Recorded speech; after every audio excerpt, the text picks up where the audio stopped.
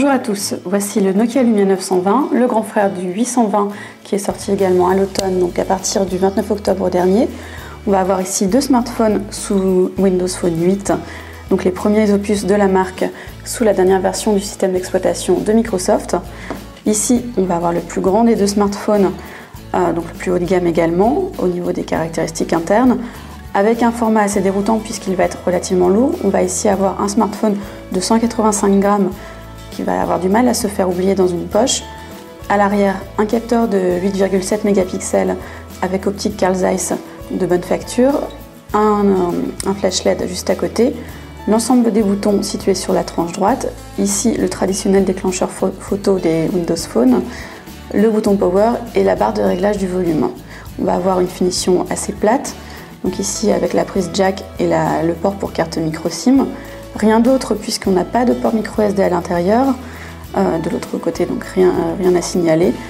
Donc un smartphone assez épais qui reprend le design d'un Lumia 900 notamment. Donc assez classique pour un Windows Phone chez Nokia.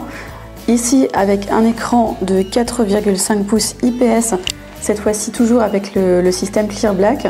Ça permet d'obtenir des noirs assez profonds comme vous pouvez le constater ici. Une gestion assez agréable des couleurs en règle générale et surtout quand il y a beaucoup de soleil, une bonne capacité à être visible par l'utilisateur. Petit détail sympa à cette saison, on peut utiliser l'écran avec un gant, donc en cuir notamment ça va marcher ou en tissu, pourquoi pas. L'ongle aussi, forcément ça va pas marcher. L'ongle aussi permet de déclencher l'écran tactile. Donc ça permet d'utiliser un peu en toutes conditions son téléphone, ce qui est plutôt agréable. À l'intérieur de ce smartphone HD, on va retrouver un processeur Qualcomm Snapdragon cadencé à 1,5 GHz, donc du dual-core comme chez les autres Windows Phone. Ça va assurer des performances tout à fait honorables. On n'a reconnu aucune latence ici, ça fonctionne parfaitement bien. On va avoir notamment un navigateur qui va proposer une navigation rapide. Ici, si on va sur Mobile Actu,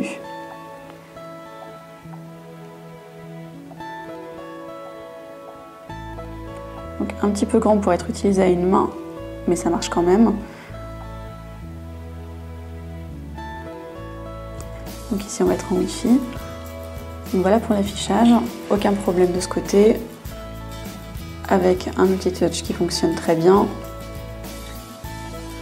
Des options qu'on va retrouver ici, avec notamment la possibilité d'épingler une page sur l'écran d'accueil. On va également pouvoir partager en NFC donc des URL, toujours intéressant. Si on revient sur le navigateur et qu'on veut épingler la page, hop, on revient ici. Et donc on va retrouver la vignette ici. Si on veut la redimensionner, puisque ça fait partie des fonctionnalités de Windows Phone 8, un appui long, on va soit sur la petite flèche dans ce sens, soit dans l'autre. On va pouvoir également avoir donc ce format-ci de vignettes. Les vignettes vont être dynamiques. Il est possible maintenant d'avoir des vignettes dynamiques pour des applications. On pensera notamment à Skype, qui a un côté un petit peu dangereux puisqu'elle tourne en tâche de fond, donc ce qui peut un petit peu vous utiliser votre batterie. Ici on va avoir une autonomie tout à fait correcte puisque le Nokia 920 possède une batterie de 2000 mAh qui s'en sort plutôt bien, une bonne journée au programme. C'est pas ce qu'il y a de plus gourmand finalement en termes de système d'exploitation et de hardware, donc ça s'en sort plutôt bien. La spécificité de ce smartphone, ça va être bien sûr les applications signées Nokia.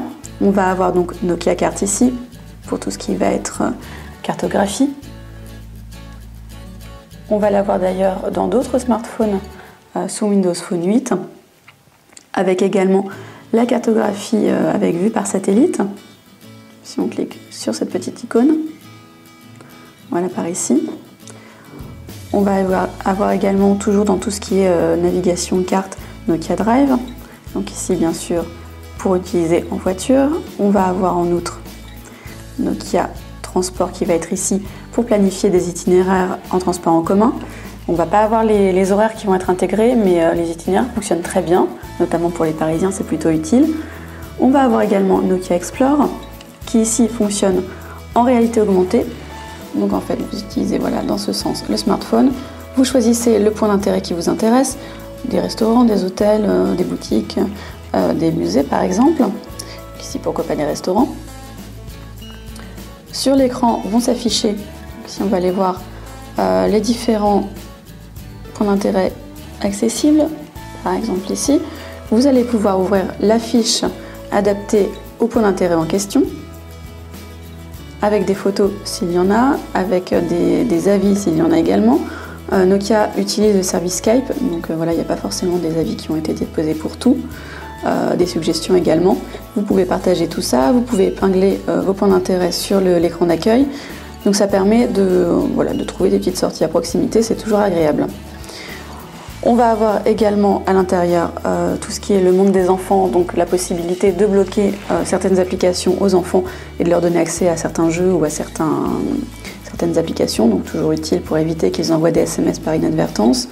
Nokia Music, qui va se trouver juste là.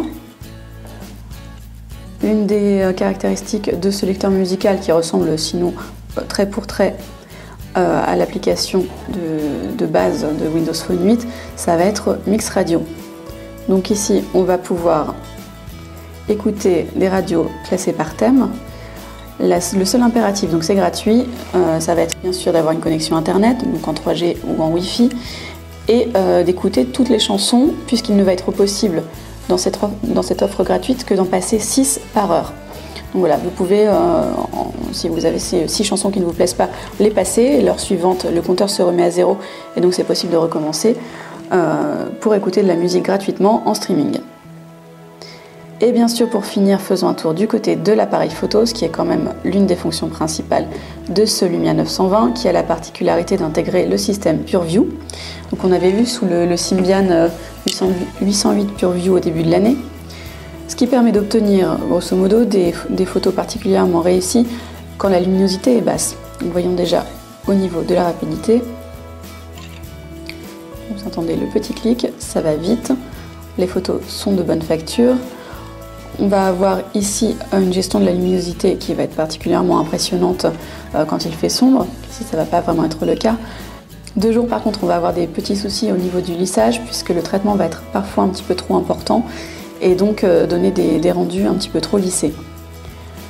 Mais dans l'ensemble, ça reste quand même le smartphone le plus performant en conditions de basse luminosité. Donc ça, c'est vraiment impressionnant.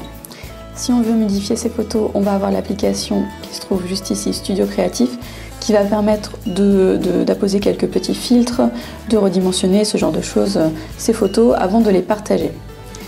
Et puis un dernier détail en ce qui concerne la charge du téléphone. Bien sûr, il y a le port micro USB en dessous. Sinon, il est compatible avec la charge par induction, c'est-à-dire qu'il suffit de le poser sur un support compatible, soit un petit coussin Fatboy comme Nokia l'a montré à la sortie de son téléphone, soit des docks vendus également par la marque ou par d'autres marques. Voilà, donc sans fil, il se rechargera. La recharge est un tout petit peu moins rapide, mais c'est un côté pratique sur un bureau, puisque après tout, le chargeur sert également de dock, donc ça peut être sympa.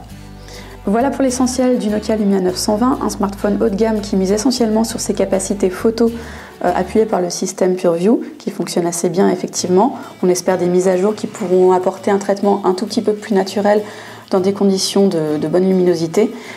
Il est vendu actuellement au prix d'environ 600 €, ce qui lui offre un assez bon rapport qualité-prix, notamment comparé à sa concurrence directe, c'est-à-dire le HTC Windows Phone 8X.